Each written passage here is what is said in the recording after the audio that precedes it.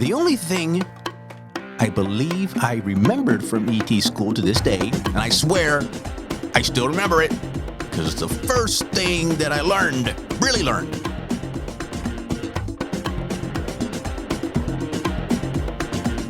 Gonzo, the Coast Guard Years, Boston, Episode 1, The North End and an Old Friend. I did it. I successfully completed ET school and got promoted to ET3, or Electronics Technician 3rd Class, which made me a Petty Officer 3rd Class. I didn't feel any different, but I was on a bit of a high because I had managed to do something that I was pretty sure I was going to fail at. I didn't feel any smarter or like I had superpowers or anything, but Now, that where would be did I cool if I put did that have thing? superpowers. Completing ET school just meant that there was a ton more crap that I was going to have to learn before I was of use to anyone. The only thing I believe I remembered from ET school to this day, and I swear I still remember it because it's the first thing that I learned, really learned. That was the voltage that comes out of your standard household electric outlet. I admit it was fun to be home for a little bit before heading off to Boston. And I was officially, if you remember correctly, attached to the U.S. Coast Guard Support Center, Boston. Did I already mention just how lame that sounded to me? I don't remember quite how long I spent at home, but it seemed yet I was off on another plane ride. And by this time, I think this was my 6th airplane ride at this point.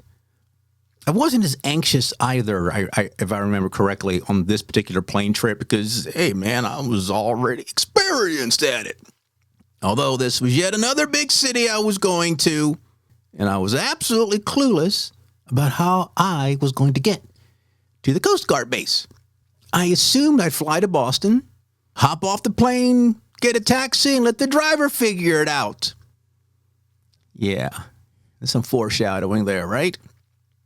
That seemed like a decent plan. Just like heading to New York City, I packed a bunch of crap, mostly shit that I didn't think I was going to need, or better yet, shit I did think I was going to need, but ended up not really needing because, well, anyway.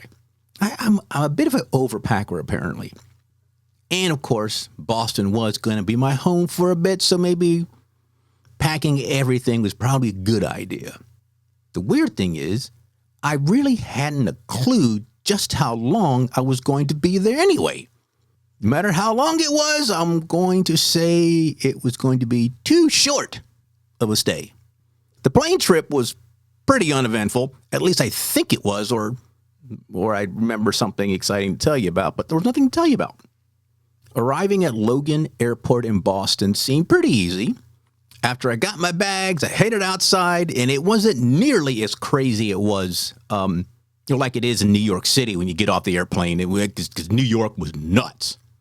Not in a bad way. I like New York, so all you New Yorkers who may or may not be listening to this, don't hate me. So I remember I lugged my bags out to the curb to where the taxis were, and I was a little surprised, pleasantly actually, that no one was screaming at me or anyone else for that matter. It seemed a bit more civilized. Not to say that the folks in New York weren't civilized. I just didn't appreciate getting yelled at all the time.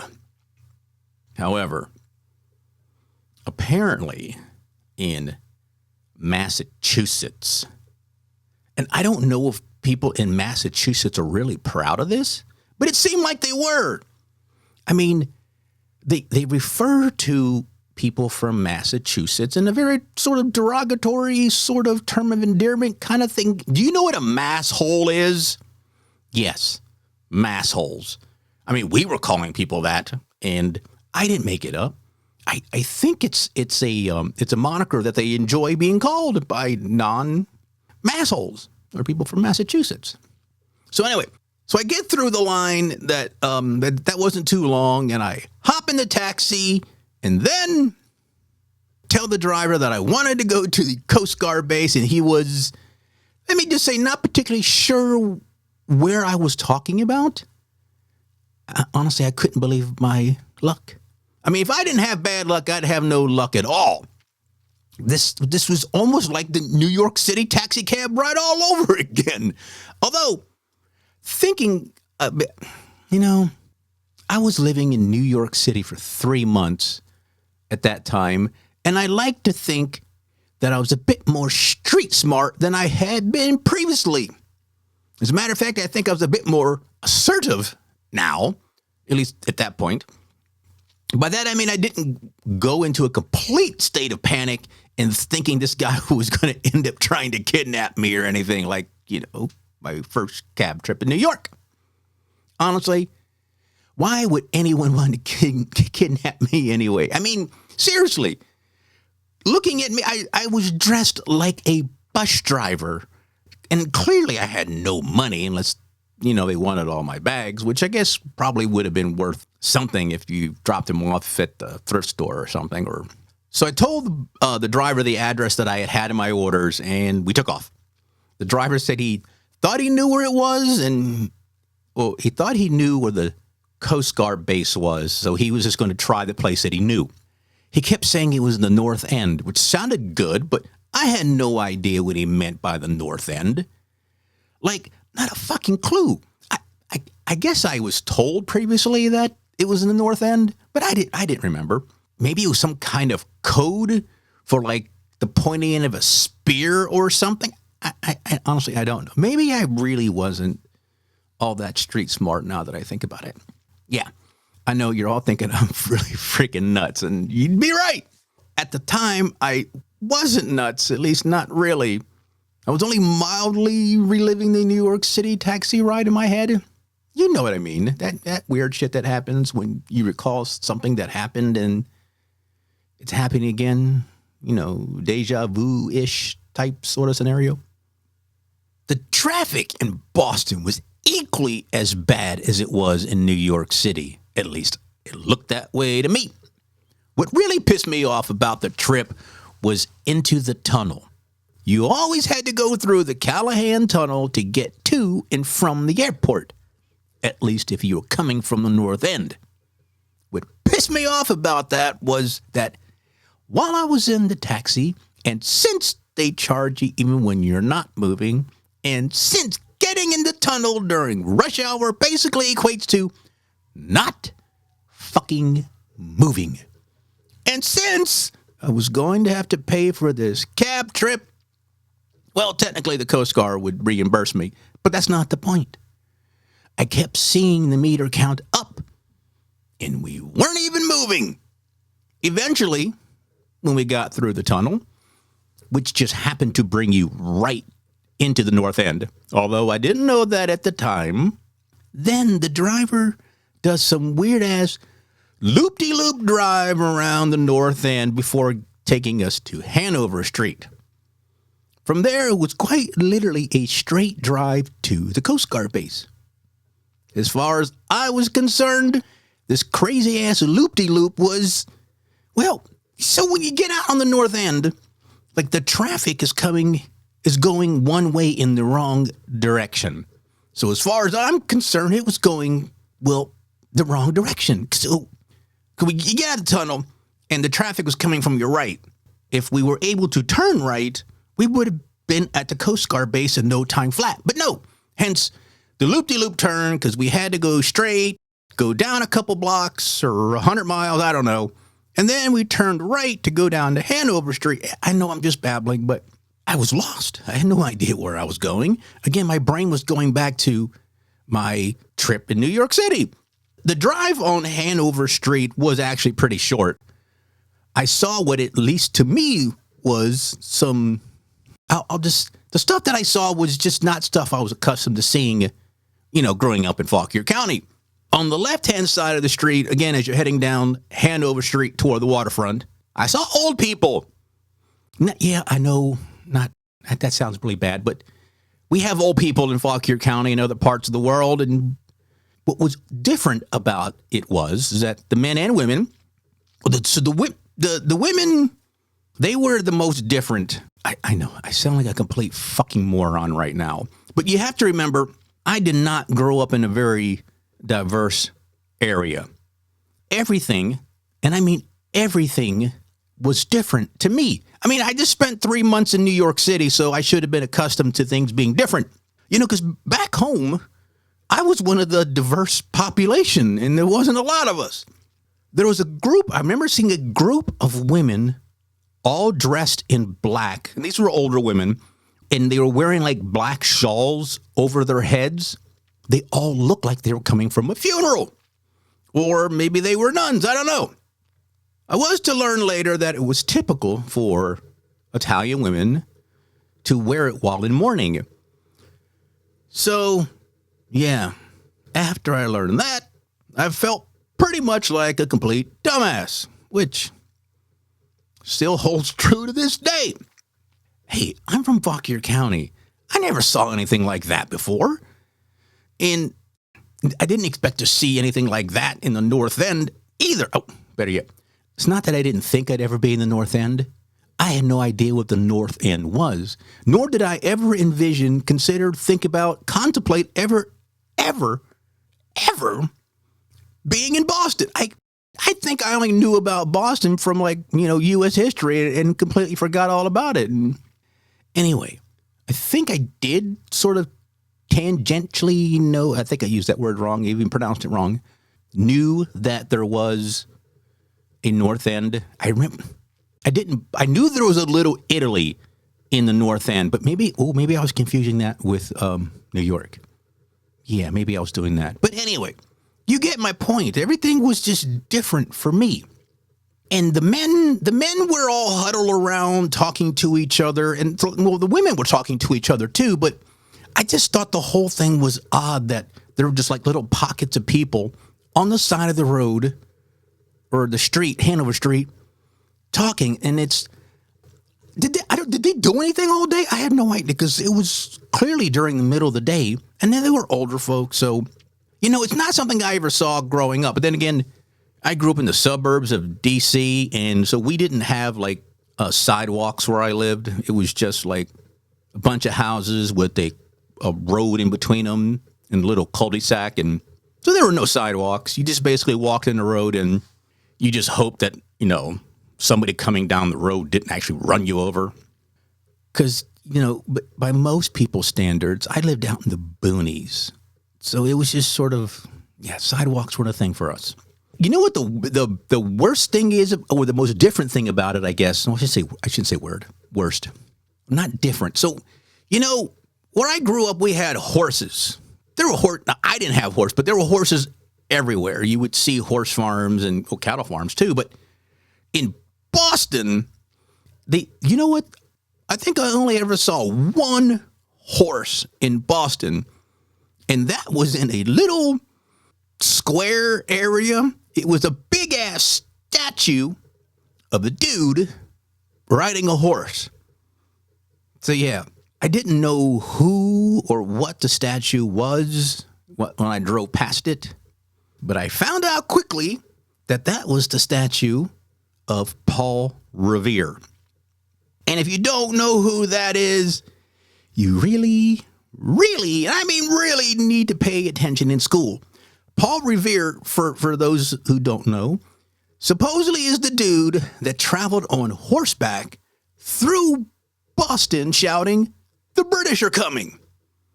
Or at least that's the story that everyone got told.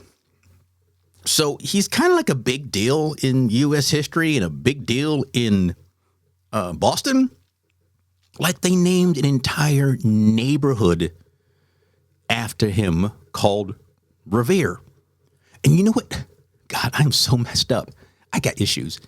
The people who lived in and around Boston, when they pronounced Revere, the way they pronounced it just annoyed the shit out of me. Revere. You're going to go to Revere. Oh my God. I'm sure I'm nauseating myself just thinking about it. Look, I know I got issues, and you clearly have issues because you're still listening to these podcasts. Now you're probably thinking it's about time that you contemplated your life choices. But hey, this is a good choice listening to me. Maybe. I don't know. So along Hanover Street, there were a few places that I would end up visiting pretty frequently. One of them was this pizza place that really wasn't on Hanover Street. It was on a parallel street called Salem Street. Pretty sure that was the street, although right now I'm thinking about that book by that scary author. You know the author in the book I'm thinking about. Maybe if you don't, really, what have you been doing all your life? Sorry. Anyway, maybe you don't read. Maybe you just listen to podcasts, and that's probably go read. Damn it! And the pizza place, I think it was called Ernesto's. Man, I was there a lot, and I didn't actually. Somebody else showed me where it was and told me about it. We went and we walked up the street, and it was like I felt like we were walking into somebody's, like, you know, up the stairs into somebody's house, and they were making pizza out of their house. And I know it wasn't quite like that, but maybe it was. I don't remember. Actually, on Hanover Street, there was also this place called Cafe La Vittoria. Man, they had the best cappuccinos I've ever had. I mean, seriously, nothing is better than the cappuccinos that they made there. There was this really sort of like solidly built dude. I think he always wore a white T-shirt, and he was bald, and he wore glasses, and I'd never talked to the guy other than when I would order a cappuccino, but he just seemed so cool and mellow, and yeah, he was a badass. I didn't know the guy, but you could tell he was a badass. But man, he was so cool, and he seemed cool. Yeah, they had the best cappuccinos I'd ever had. Although I did have a cafe au lait when I spent some time in France many years later, and it was really good. The places I went to in there had really great cafe au lait, but it's not a cappuccino. So Cafe La Vittoria is still the world champions as far as I'm concerned. All right, so I'm totally getting ahead of myself. So the taxi eventually pulls up to this crappy little shack at the end, across the street at the end of Hanover Street.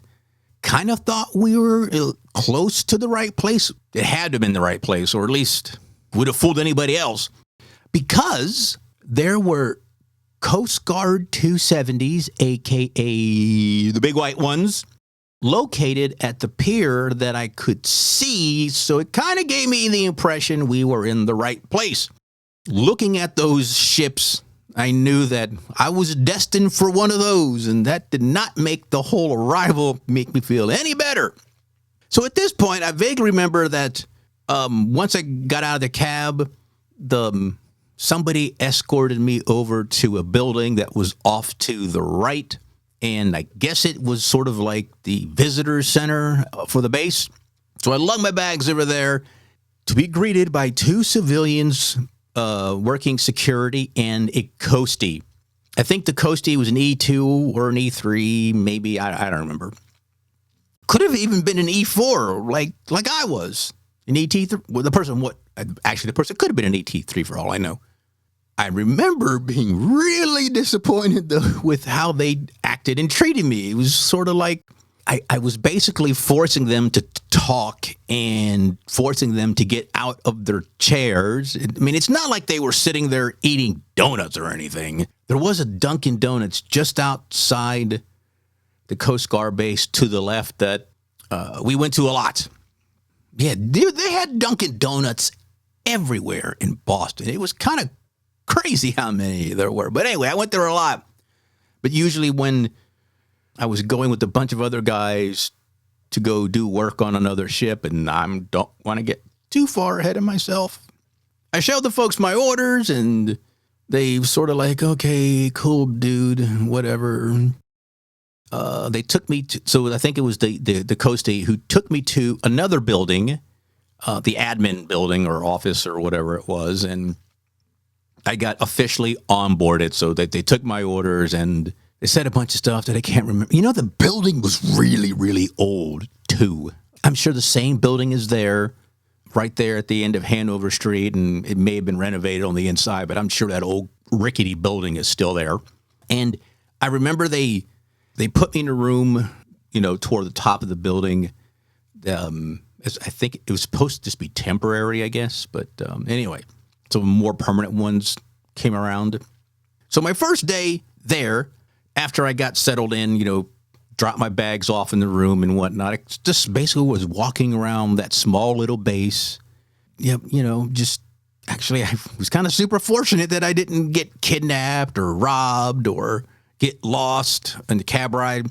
So I just kind of strolled around, maybe belly ached and moaned a little bit because I was going to one of those 270s eventually.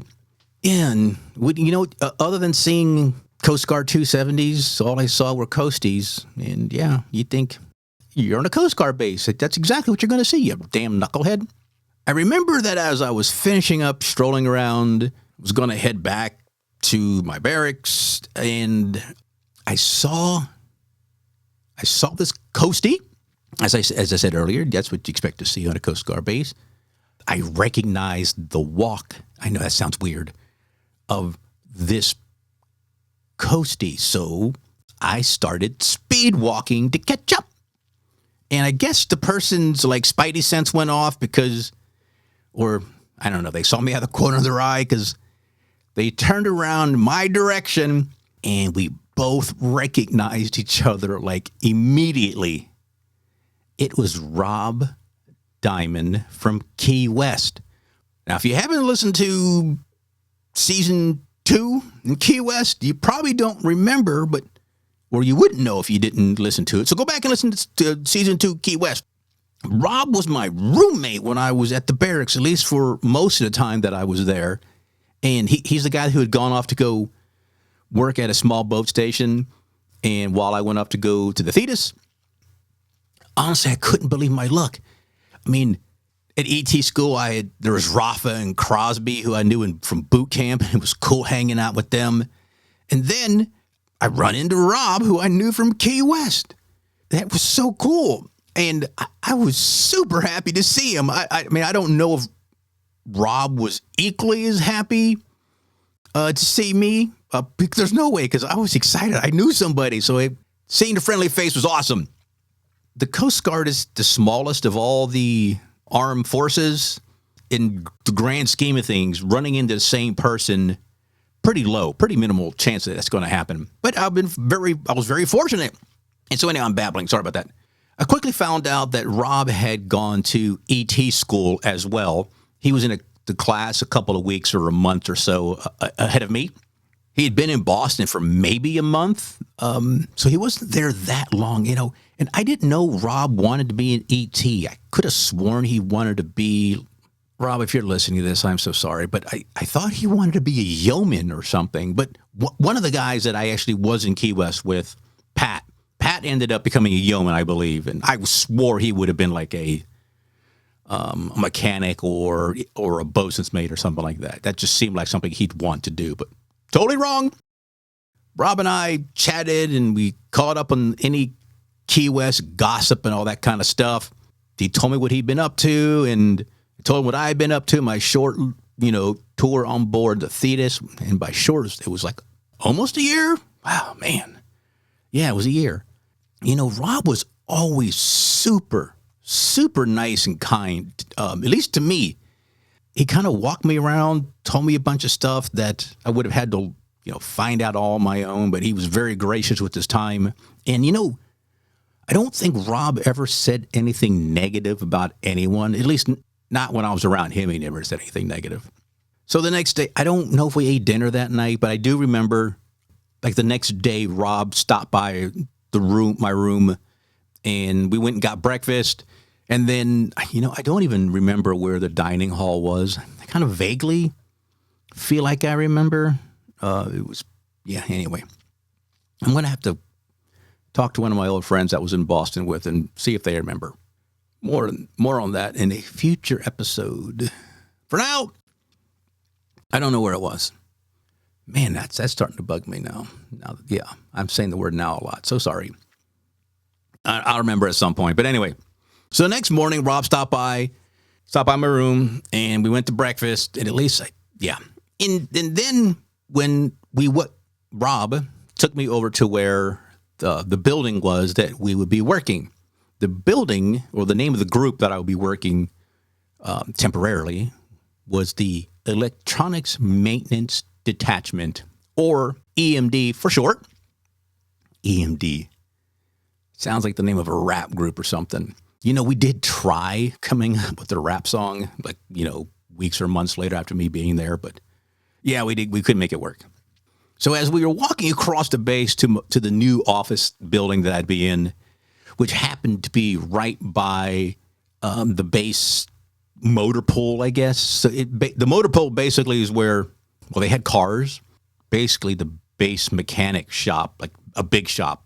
That's where all the grease monkeys were, or something like that. The mechanics and whatnot, the MKs. Pretty sure that name's changed since I've been out. In that building on the second floor is where the EMD headquarters office was. And so EMD, actually, we were on 2 floors. We had the bottom floor where the grunts were, me being one of them. And then they had the officer in charge of EMD, and he had 2 other support personnel with him. The office had 3 people, as I said, an ET1, an ET chief, and our illustrious leader, a chief warrant officer, who we would end up just referring to, at least behind his back, the dudester. And we pretty much avoided that dude at all costs. I mean, I rarely ever said anything to any of those guys, and I barely even saw them. Of course, they were way older than me. Everybody was basically older than I was, actually, and clearly wouldn't have had anything in common with them. So the ET1 there, though, he had kind of an interesting side hustle, and he would go, I don't know if he did it while I was there. The story was he would take off for a month on leave and go do this side hustle.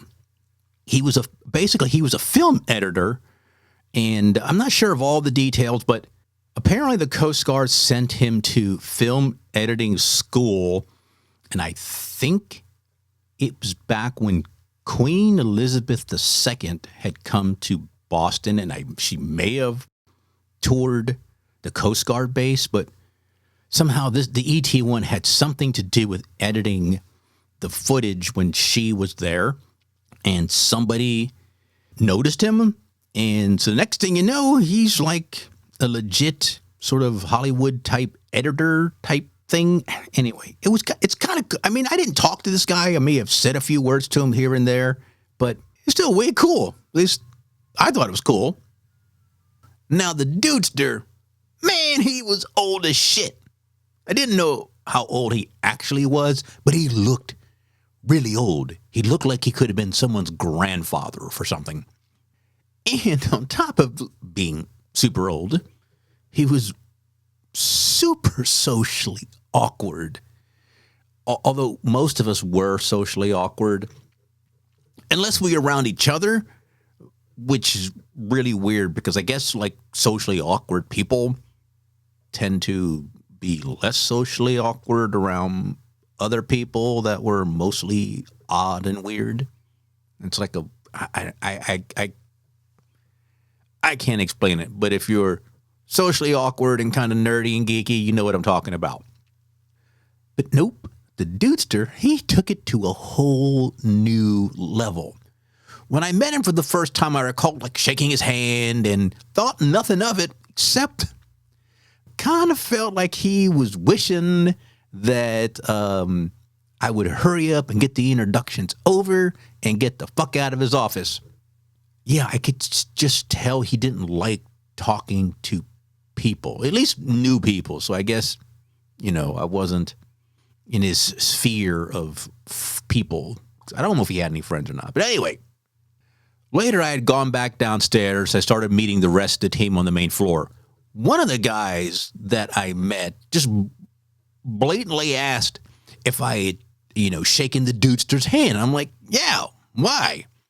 The ET replied, you better check that he didn't leave any parts of his hand on you, like a finger or something. I'm like, what the fuck are you talking about? So all of a sudden, it all sort of coming back to me. Like, the dudester had such dry skin. Like, it could have been a medical condition for all I know, or other that, or he just didn't like to put lotion on his face or something. And you could see he would leave dead skin cells everywhere. And by everywhere, I mean everywhere. God, the shit was gross. Like, gross. His face was particularly dry, and you could see, like, the flakes of dead skin on the tops of his ears and, like, over by his cheeks and stuff. It was... So behind his back, they, and I guess me too at the time, would say all kinds of mean stuff about it, and like he was a leper or something like that. There was this one time that the ET who asked about, if I had shaken his hand, his name was Greg. He was tall and he worked out all the time. And he was very funny and ridiculous, all in a very good way, though. So it was late one afternoon. It was after working hours. For some reason, I don't know why, but Greg had the key to the office. And maybe I don't know why he'd had the key, but anyway, so Greg took a bunch of us. We were still in uniform, but the EMD main office was already closed for the day. So Greg took us up there. We went into the office. He took us over to the dudester's desk, and I think he picked up a tissue or something and grabbed the receiver from the telephone and held it up, and he showed us. He showed us the receiver. And like the part where you stick your ear into listen, it was covered with dead skin cells. I mean, like covered. It was foul. So Greg started making all kinds of weird, like gross sounds, like he was gagging or throwing up or getting ready to throw up, whatever. So he, dropped the phone back down onto the receiver back onto the phone, and he just like ran out, and he would get very dramatic when he was, trying to basically make shit funnier than it really was. Not that it funnier than it really was. He got very dramatic just to make things funnier, and it worked all the time. Needless to say, myself, and I think somebody who I'll be mentioning later in another episode who was with us, we all got grossed out. And so I when I was downstairs, and I remember looking at my hand after first meeting the dudester, looking to see if there were extra dead skin cells or pieces of the dudester on my hand, which, okay, that just sounds really weird. It wouldn't be the first time that I had to experience the dudester and, well, his grossness, that is.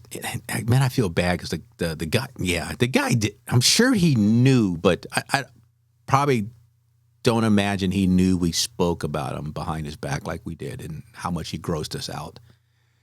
But for the first few weeks, I was constantly getting screwed with by the new guys. I was getting screwed by the ETs, like in a massive way. But it was all good, because that's what you expected, or at least what I expected, because I was the FNG. And for you non-military types, that means the fucking new guy. You've been listening to Gonzo the Coast Guard Years, written and produced by Tim Gonzalez, and I'm Nicholas Gonzalez, the voice guy. This episode was produced by Mislaid Productions. Now, where did I put that thing?